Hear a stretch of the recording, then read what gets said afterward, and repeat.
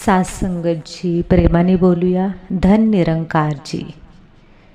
सासंगतजी, जो नामस्मरण विषय आहे त्या विषयाला अनुसरून आज एक विषय घेतलेला आहे. तो विषय म्हणजे नामस्मरण आणि षडविकारांचा नाश. नामस्मरणामध्ये अशी काय ताकद आहे की त्याच्यामुळे आपल्यामध्ये असलेले षडविकार नष्ट होतात. तर ते कसे, त्याचं चिंतन आज आपण या व्हिडिओमध्ये करणार आहोत.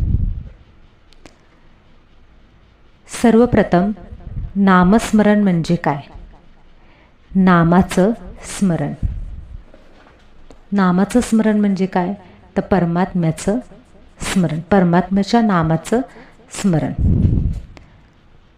या ठिकाणी खरा अर्थ जर घ्यायचा झाला तर नामस्मरण म्हणजे परमात्म्याच्या नावाचं स्मरण असा शब्दशः अर्थ होत नाही. तर या अर्थामागे भावार्थ देखील दडलेला आहे. तर तो भावार्थ असा आहे की परमात्म्याच्या नामाचं स्मरण नाही तर परमात्म्याचं स्मरण. त्याचा अर्थ आपण असा घ्यायचा नाही की नाम उच्चारण म्हणजे आपण प्रत्येक कर्म करत असताना किंवा आपण स्पेशली जरी बसून जरी नामस्मरण केलं, शब्द आपण मुखाने उच्चारले तर ते नामस्मरण होत नाही. कारण नामस्मरण पूर्ण तेव्हाच होतं जेव्हा आपण पूर्ण भावनिकतेने परमात्म्याची आठवण करतो, स्मरण करतो. मग परमात्म्याची आठवण करताना आपल्याला जर कष्ट पडत असतील, आपल्याला जर ते जड ओझं वाटत असेल तर ते परमात्म्याचं नामस्मरण आपल्याला लाभदायक ठरत नाही. कारण परमात्मा प्रेमाचा भुकेला आहे, भावाचा भुकेला आहे. त्याला आपण जितकं प्रेमाने आठवण करू तितकंच आपण त्याच्या जवळ जात असतो. कारण आत्ताच्या या युगामध्ये, वैज्ञानिक युगामध्ये देखील असं म्हटलं जातं किंवा असं सिद्ध होतंय की कोणीतरी अशी एक शक्ती आहे, दिव्य शक्ती आहे की ती दिव्य शक्ती ह्या संपूर्ण विश्वाला चालवते.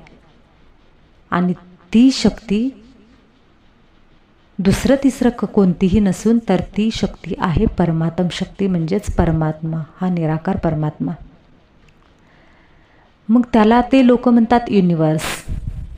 आता तर आपण बघतोयच की संपूर्ण विश्वामध्ये बऱ्याच गोष्टी सांगितल्या जात आहेत की लॉ ऑफ अट्रॅक्शन.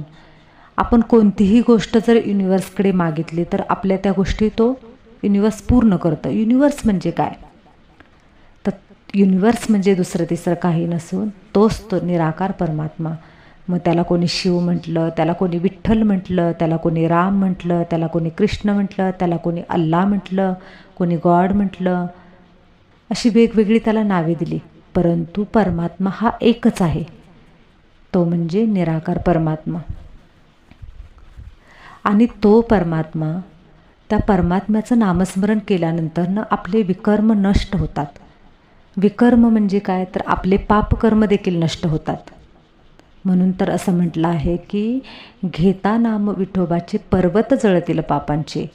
वाल्या कोळीसारखा एक अतिशय पापी असलेला एक डाकू जर परमात्म्याच्या स्मरणाने तरून जात असेल तर विचार करा की त्या वाल्या कोळ्याने तर किती पापे केली होती. मग तो सुद्धा तरून गेला. तर ह्या गोष्टी नुसत्या गोष्टी सांगण्यापुरत्या महत्त्वाच्या नाही आहेत, त्याच्यावरती चिंतन होणं गरजेचं आहे. ते कसे झाले असेल, त्याचं पाप नष्ट का झालं असेल, कुठेतरी थोडंसं त्याला आपण जरा वेगळ्या मार्गातून त्या गोष्टीकडे आपण पाहूयात. तर बघा की आत्तासुद्धा वैज्ञानिक सांगतात की आपण ज्याची आठवण करतो त्याच्याशी आपण जोडले जातो. तर सर्वात महत्त्वाची गोष्ट म्हणजे आपल्याला हे समजून घ्यायचं आहे की आपण जे पण विचार करतो त्या विचाराची तरंग तयार होतात, व्हायब्रेशन तयार होतं आणि ते व्हायब्रेशन या संपूर्ण विश्वामध्ये, ब्रह्मांडामध्ये ते पसरत असतं. आणि आपण जे विचार आपण करतो ते विचार संपूर्ण विश्वामध्ये जाऊन 100 गुणा होऊन ते आपल्याकडे येत असतात. कारण त्या विचारांची शक्तीच प्रचंड आहे. आणि असं म्हटलं जातं की आपले जे विचार आहेत ते विचारच आपलं भाग्य घडवतात. मग वैज्ञानिक सांगतात की आपण ज्याची आठवण करतो त्याच्याशी आपण कनेक्ट होतो. वैज्ञानिकांनी एक संशोधन केलं होतं. त्या संशोधनामध्ये असं केलं होतं की 2 ठिकाणी 2 व्यक्ती ठेवल्या होत्या. म्हणजे एक व्यक्ती लंडनला असेल आणि दुसरी व्यक्ती भारतामध्ये होती. म्हणजे देश पण पूर्ण चेंज होता. तर त्यावेळी त्यांचं काय केलं होतं, तर एक जी व्यक्ती आहे त्या एका व्यक्तीला सांगितलं की जी लंडनमध्ये व्यक्ती आहे त्या व्यक्तीबद्दल तू वाईट विचार कर. मग तसंच केलं. ते वाईट विचार केलेला तो त्या लंडनच्या व्यक्तीपर्यंत पोहोचत होता. तर ते कसं पोहोचत होता, तर त्या ठिकाणी त्यांच्या ब्रेनला अशा काही मशिनरी लावल्या होत्या की त्या मशिनरीमधून ते रीड करता येत होतं. तर त्यावेळी तिथे लंडनमध्ये असलेल्या व्यक्तीला इथं त्याच्या मनामध्ये काय चालले तेच बरोबर, तेच व्हायब्रेशन तिथे त्याच्या विचारामध्ये, थॉट प्रोसेसमध्ये ते दिसत होतं. ती व्यक्ती काय विचार करते, तर ती व्यक्तीचं जे थॉट प्रोसेस होती की कुठल्या पद्धतीचा विचार होता ती या व्यक्तीपर्यंत पोचत होते. आणि या व्यक्तीच्या मनात त्या व्यक्तीबद्दल तिरस्कार तयार होत होता आणि त्या व्यक्तीच्या मनात याबद्दल तिरस्कार तयार होत होता आणि एकमेकांबद्दल तिरस्काराची भावना तयार होत होती. विचार करा, त्या 2 व्यक्ती अतिशय दूर आहेत, जवळही नाहीत, तरीसुद्धा त्यांचं एकमेकांपर्यंत व्हायब्रेशन थॉट लेवलवरती पोहोचत होतं. व्हायब्रेशनमधून ते त्या एकमेकांपर्यंत ते पोहोचत होतं.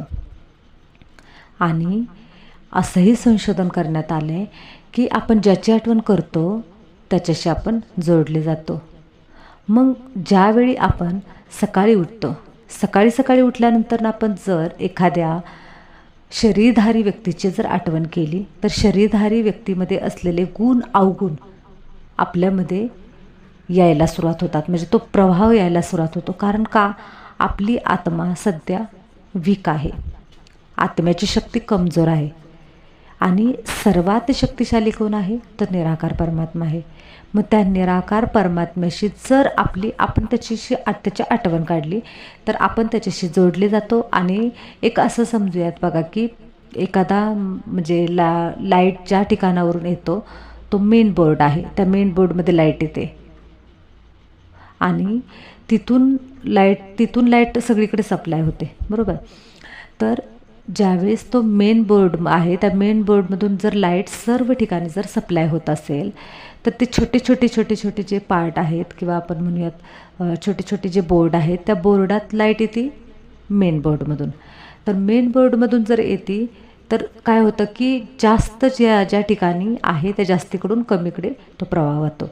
मग परमात्मा हा शक्तीचा सागर आहे, परमात्मा हा प्रेमाचा सागर आहे, परमात्मा हा ज्ञानाचा सागर आहे, परमात्मा सुखाचा, शांतीचा सागर आहे. असा जो शक्तिशाली परमात्मा आहे, अतिशय आनंदाचा स्रोत आहे, आनंदाचा स्रोत की ज्याच्या पलीकडे कोणीही असू शकत नाही, असा हा आनंदाचा स्रोत परमात्मा आहे. मग त्याची जर आपण आठवण सकाळी उठल्या जर केली, पहाटे उठून जर आपण त्याची आठवण केली तर आपलं काय होतं, आपलं आणि त्याचं कनेक्शन साधलं जातं. आणि दुसरी एक गमतीची गोष्ट अशी आहे की सकाळी आपलं सबकॉन्शियस माइंड ओपन असतं, त्याच्यामुळे आपलं मन शांत असतं. मन शांत असल्यानंतर त्या काळामध्ये जर आपण परमात्म्याची आठवण केली तर त्याचं आणि आपलं कनेक्शन जोडलं जातं. आणि हळूहळू आपल्यामध्ये असलेले जे षडरिपू आहेत, काम, क्रोध, लोभ, मोह, मत्सर, वैर, ईर्ष्या, द्वेष, हे जे सगळे नको असलेले जे विकार आहेत ते विकार हळूहळू नष्ट व्हायला सुरुवात होतात. एक आपण बघूयात बघा की समजा खराब पाण्याने भरलेली एक बादली आहे आणि त्या बादलीमध्ये जर चांगला पाण्याचा नळ जर फोर्सने सोडला आणि एकसारखा सोडला तर काय होतं, ते हळूहळू हळूहळू त्या बादलीतलं पाणी, खराब पाणी निघून जायला सुरुवात होते. एक वेळ अशी येते की त्या बादलीमध्ये स्वच्छ पाणी यायला सुरुवात होतं. अगदी तसंच आहे, आपण जर परमात्म्याचं स्मरण केलं, नामस्मरण केलं, त्याची आठवण केली, तर त्याचं जे सकारात्मक एनर्जी, त्याची जी शक्तिशाली एनर्जी, त्यांचे जे गुण आहेत, ते गुण हळूहळू हळूहळू त्याचा प्रवाह आपल्यामध्ये यायला सुरुवात होतो. त्याचा प्रवाह आपल्यामध्ये असला तर आपल्यामध्ये असलेले अवगुण रूपी जे गंध, खराब जे पाणी आहे, ते खराब पाणी आपोआप आपोआप आपोआप निघत जातं. आणि एक वेळ अशी येते की आपल्या आत्म्यामध्ये एकही अवगुण राहत नाही, सगळे गुण राहतात आणि आपण एक देवता स्वरूप, एक आपण अतिशय पवित्र आत्मा, अतिशय पुण्यात्मा तयार होतो. आणि आपल्याला अतिशय सुंदर असं व्यक्तिमत्व, पवित्र असं व्यक्तिमत्व बनवणारा तो परमात्माच आहे. म्हणून सत्संगतजी, मला फक्त एकच गोष्ट सांगायची आहे की आपण जर तुम्ही सकाळी उठल्या उठल्या परमात्म्यासाठी थोडा वेळ काढला, एक अर्धा तास, 1 तास, 15 मिनटं, सुरुवातीला थोडे 10 मिनटं काढा, नंतर 15 मिनटं काढा, नंतर अर्धा तास काढा, नंतर 1 तास काढा आणि परमात्म्याची आठवण इतकी मनापासून करा, हृदयापासून करा. अक्षरशः परमात्म्याच्या आठवणीमध्ये जर डोळे जरी तुमचे भरले ना, डोळ्यातून पाणी आले, तर त्याच्यामध्ये सुद्धा तुमचा खूप खूप तुमच्यामध्ये प्रोग्रेस होणार आहे, तुमचं मन खुश होणार आहे. आणि एक वेळ अशी येईल की त्यावेळेला तुमची जी आत्म्याची स्थिती आहे ते परमानंदाची असेल. मग आपल्याला हे जी गोष्टी आहेत ना, दुनियावी गोष्टी की ज्या बघा शरीराशी निगडीत आहेत, म्हणजे आपल्याला बघा वेगवेगळ्या, आपण म्हणतो ना मोहमायेतून आपल्याला आनंद मिळतो, पण तो चिरकाल टिकणारा नसतो, अगदी क्षणिक सुखाचा असतो. पण विचार करा, जे साधू संत असतात ते कित्येक दिवस त्या परमात्म्याची आठवण करून तपश्चर्या करत बसले, असं त्यांना काय मिळतं? त्यांना त्या आठवणीमध्ये, की संतांनी बघा ते परमात्म्याच्या आठवणीमध्ये एवढे वेडे का झाले? कारण त्यांना कुठंतरी त्या परमानंदाची अनुभूती झाली होती. म्हणून आपण काय करायचं आहे, परमात्म्याची आठवण करायची आहे. पहिल्यांदा हे लक्षात घ्या की ज्याची आपण आठवण करतो त्याच्याशी जोडले जातो.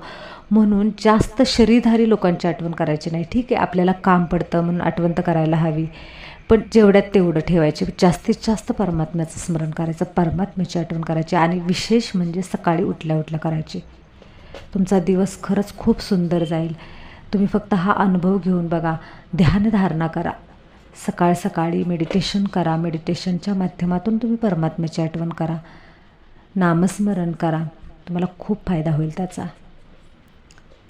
मी स्वतःसुद्धा हा अनुभव घेते. खरंच खूप खूप अद्वितीय आनंद याच्यातून मिळतो. पहाटे पहाटे परमात्म्याचं स्मरण केल्यानंतर मिळतो. आजच्या व्हिडिओमध्ये मी एवढंच सांगेन, कारण वेळेची मर्यादा असते. यूट्यूबवरती जास्त मोठा व्हिडिओ अपलोड करता येत नाही. तर आपण इथेच थांबूयात. सत्संगतजी प्रेमाने बोलूया. धन्य निरंकारजी.